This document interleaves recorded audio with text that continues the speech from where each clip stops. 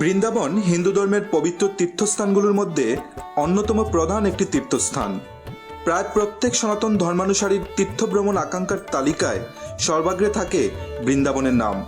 বৃন্দাবন আর ভগবান শ্রীকৃষ্ণ উভয়েই একে অপরের সাথে অঙ্গাঙ্গিভাবে জড়িত। বৃন্দাবনেই ভগবান শ্রীকৃষ্ণ তার বাল্যলীলা অতিবাহিত করেছেন। বৃন্দাবন ভারতের উত্তরপ্রদেশ রাজ্যের মথুরা জেলার অন্তর্গত একটি শহর। শহরটি শ্রীকৃষ্ণের জন্মস্থান হিসেবে পরিচিত মথুরা জেলা সদর থেকে 11 কিলোমিটার দূরে 2 নং জাতীয় সড়ক আগ্রা দিল্লি হাইওয়ের উপর অবস্থিত। বর্তমানে বৃন্দাবন শহরে রাধা ও শ্রীকৃষ্ণের অসংখ্য মন্দির রয়েছে। সংস্কৃত বৃন্দাবন শব্দটি এসেছে বৃন্দা অর্থাৎ তুলসী ও বন অর্থাৎ অরণ্য শব্দ দুটি থেকে। অর্থাৎ বৃন্দাবন শব্দটির অর্থ তুলসীর বন বা অরণ্য। এককালে এই স্থানে অসংখ্য তুলসী বন ছিল। বৃন্দাবনের নিধিবন ও সেবাকুঞ্জে এখনও 2টি তুলসী বন বিদ্যমান রয়েছে। সনাতন ধর্মের ইতিহাস ও ঐতিহ্যের সাথে বৃন্দাবন নামটি অতি প্রাচীনকাল থেকে জড়িয়ে রয়েছে। বৃন্দাবনের প্রাচীন মন্দিরগুলোর মধ্যে একটি হল গোবিন্দদেব মন্দির। 1590 সালে এই মন্দিরটি প্রতিষ্ঠিত হয়। সেই শতকেরই শুরুর দিকে বৃন্দাবন একটি শহর হিসেবে গড়ে ওঠে। 16শ শতাব্দীতে শ্রীচৈতন্য মহাপ্রভু বর্তমান বৃন্দাবন আবিষ্কারের আগে মানুষ ভুলে গিয়েছিল বৃন্দাবনের আদি অবস্থান কোথায়। 1515 সালে শ্রীকৃষ্ণের বাল্যলীলার স্থানগুলো নির্ধারণের লক্ষ্যে শ্রীচৈতন্য বৃন্দাবনে আগমন করেন।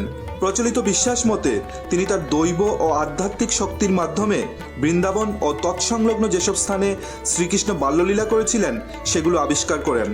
গত 250 বছরে বৃন্দাবন ক্রমেই গ্রামীণ জনপদ থেকে একটি শহুরে জনপদে পরিণত হয়েছে। স্বাভাবিকভাবে এই অপরিকল্পিত নগরায়নের ফলে বৃন্দাবনের অধিকাংশ বন ক্ষতিগ্রস্ত হয়েছে। সেই সাথে বিলুপ্ত হয়ে গেছে স্থানীয় ময়ূর ও বিভিন্ন প্রজাতির পাখি। তবে গরু ও বানর এখনও বৃন্দাবনের সর্বত্র দেখা যায়। দেবী রাধা হলেন বৃন্দাবনের অধীশ্বরী, তাই তিনি বৃন্দাবনেশ্বরী। এটি বৃন্দাবনেশ্বরী রাধা ও বৃন্দাবনেশ্বর কৃষ্ণের উপাসনার পীঠস্থান। বৃন্দাবন, গোবর্ধন ও গোকুল কৃষ্ণের জীবনের সাথে সংযুক্ত।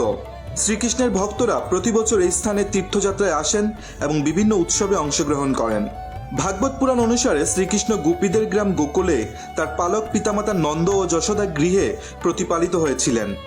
উক্ত পুরাণ অনুসারে রাধিকা ও কৃষ্ণ বৃন্দাবনের বনেই রাসলীলা ও অন্যান্য বাল্যলীলা করেন। তার দাদা বলরাম ও অন্যান্য রাখাল বালকদের সঙ্গে তিনি এখানে দুষ্টুমি করে বেড়াতেন। বৃন্দাবনকে বিধবার নগরী নামেও অভিহিত করা হয়। এই শহরে 20,000-এর অধিক বিধবা বসবাস করেন। সমগ্র বৃন্দাবন জুড়ে রয়েছে অসংখ্য মন্দির। ভক্তদের পদচারণায় এই মন্দিরগুলো প্রতিদিন মুখরিত থাকে। দেখে নেওয়া যাক বৃন্দাবনের কয়েকটি উল্লেখযোগ্য মন্দির। মদনমোহন মন্দির। মদনমোহন মন্দির বৃন্দাবনের প্রাচীন মন্দিরগুলোর মধ্যে অন্যতম। জনশ্রুতি আছে যে মুলতানের রাজা কাপুর রামদাস কালীয় দমন ঘাটের কাছে মদনমোহন মন্দিরটি প্রতিষ্ঠা করেছিলেন। শ্রীচৈতন্য মহাপ্রভুর জীবনের সাথে এই মন্দির ঘনিষ্ঠভাবে জড়িয়ে রয়েছে। মীরাবাই মন্দির। মীরাবাই ছিলেন একজন রাজপুত রাজকুমারী।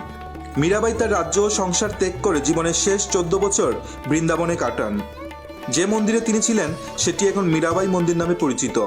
নিধিবনের কাছে শাহজি মন্দিরের দক্ষিণ দিকে মীরাবাই মন্দিরটি অবস্থিত। কৃষ্ণভক্ত মীরাবাই রচিত ভজনগুলো তাকে ভক্তি আন্দোলন যুগের অন্যতম শ্রেষ্ঠ সন্ত কবির মর্যাদা দিয়েছিল। শাহজি মন্দির। অনিন্দ সুন্দর স্থাপত্যশৈলী ও শ্বেত পাথরের সুন্দর ভাস্কর্যের জন্য এই মন্দিরটি বিখ্যাত। 1876 সালে লখনৌয়ের শাহ কুন্দনলাল এই মন্দিরের নকশা করেন এবং মন্দিরটি প্রতিষ্ঠা করেন। বাকে বিহারী মন্দির। নিধিবন থেকে স্বামী হরিদাস বাকে বিহারীর বিগ্রহ আবিষ্কারের পর 1862 সালে এই মন্দির প্রতিষ্ঠিত হয়। রাধা বল্লভ মন্দির। হরিবংশ মহাপ্রভু এই মন্দির নির্মাণ করেছিলেন।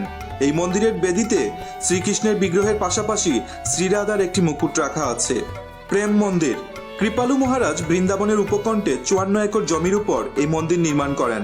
মূল মন্দিরটি শ্বেতপাথরে নির্মিত এবং সেখানে শ্রীকৃষ্ণের অসংখ্য খোদাই করা মূর্তি রয়েছে। রাতের বেলায় আলোর কারুকার্যে এই মন্দিরের রং বদলে যায়। জয়পুর মন্দির। জয়পুরের মহারাজা দ্বিতীয় সাহাই মাধু সিং 1917 সালে এই মন্দির প্রতিষ্ঠা করেন। জয়পুরের মহারাজা কর্তৃক প্রতিষ্ঠিত বলে এই মন্দিরকে জয়পুর মন্দির নামে ডাকা হয়। রঙ্গজি মন্দির। 1851 সালে নির্মিত রঙ্গজি মন্দির বিষ্ণুর অন্যতম রূপ রঙ্গনাথ বা রঙ্গজির প্রতি উৎসর্গীকৃত। এই মন্দিরে বিষ্ণু অনন্তশাহী ভঙ্গিমায় পূজিত হন। মন্দিরটি দ্রাবিড়ীয় স্থাপত্যশৈলীতে নির্মিত। গোবিন্দদেব মন্দির। 1590 সালে মুঘল সম্রাট আকবরের দান করা লাল বেলে পাথর দিয়ে রাজা মানসিংহ 7 তলা উঁচু গোবিন্দদেব মন্দিরটি নির্মাণ করিয়েছিলেন। রাধা দামোদর মন্দির 1542 সালে বৃন্দাবনের সরগোস্বামী কর্তৃক সেবাকুঞ্জে রাধা দামোদর মন্দির প্রতিষ্ঠিত হয়। নিধিবন মন্দির বৃন্দাবনের অন্যতম একটি রহস্যময় স্থান নিধিবন। দিনের বেলা এই মন্দিরে অসংখ্য পুণ্যার্থী ও পূজারীর ভিড় থাকে, কিন্তু রাত নামলেই বদলে যায় মন্দির এলাকা। বিকেলের পরই বন্ধ করে দেওয়া হয় মন্দিরের দরজা। বৃন্দাবন কখন যাবেন? বৃন্দাবন যাওয়ার সবচেয়ে উপযুক্ত সময় হচ্ছে অক্টোবর থেকে ফেব্রুয়ারি। বছরের এই সময়ে এখানকার আবহাওয়া ভালো থাকে। বছরের অন্যান্য সময়ে বৃন্দাবনে অনেক বেশি গরম থাকে। বৃন্দাবন কিভাবে যাবেন? ভারতবর্ষের সব জায়গা থেকেই বৃন্দাবনে যাওয়ার সুযোগ রয়েছে, তবে আমাদের অধিকাংশ দর্শক বাংলাদেশ ও পশ্চিমবঙ্গের হওয়ায় এখানে কলকাতা থেকে বৃন্দাবন যাওয়ার বিস্তারিত উপায় আলোচনা করা হলো। কলকাতা থেকে বিমান এবং ট্রেন উভয় মাধ্যমেই বৃন্দাবন যাওয়া যায়। কলকাতা থেকে বৃন্দাবনের সরাসরি কোনো ফ্লাইট নেই, তাই কলকাতা থেকে ফ্লাইটে প্রথমে যেতে হবে দিল্লি, তারপর বাস বা ক্যাবে করে সরাসরি যেতে পারবেন বৃন্দাবন। ট্রেনে যেতে হলে কলকাতা থেকে ট্রেনে প্রথমে যেতে হবে আগ্রা ফোর্ট। শিয়ালদা এবং হাওড়া স্টেশন থেকে সপ্তাহে বেশ কয়েকটি ট্রেন আগ্রা রুটে ছেড়ে যায়। ভিডিওর ডিসক্রিপশনে ট্রেনের নাম ও সময়সূচির লিঙ্ক দেওয়া আছে। আগ্রার ঈদগাহ বা আগ্রা ফোর্ট স্টেশন থেকে প্রতি 8 ঘন্টা পর পর দিল্লির বাস ছাড়ে। এই বাস যাত্রায় আগ্রা দিল্লি হাইওয়ের মধ্যেই পাবেন বৃন্দাবন, সেখানেই বাস থেকে নেমে যাবেন। কোথায় থাকবেন? বৃন্দাবনে অসংখ্য ধর্মশালা এবং হোটেল রয়েছে। প্রত্যেক মন্দিরের কাছাকাছি ভালো মানের হোটেল ও ধর্মশালা রয়েছে।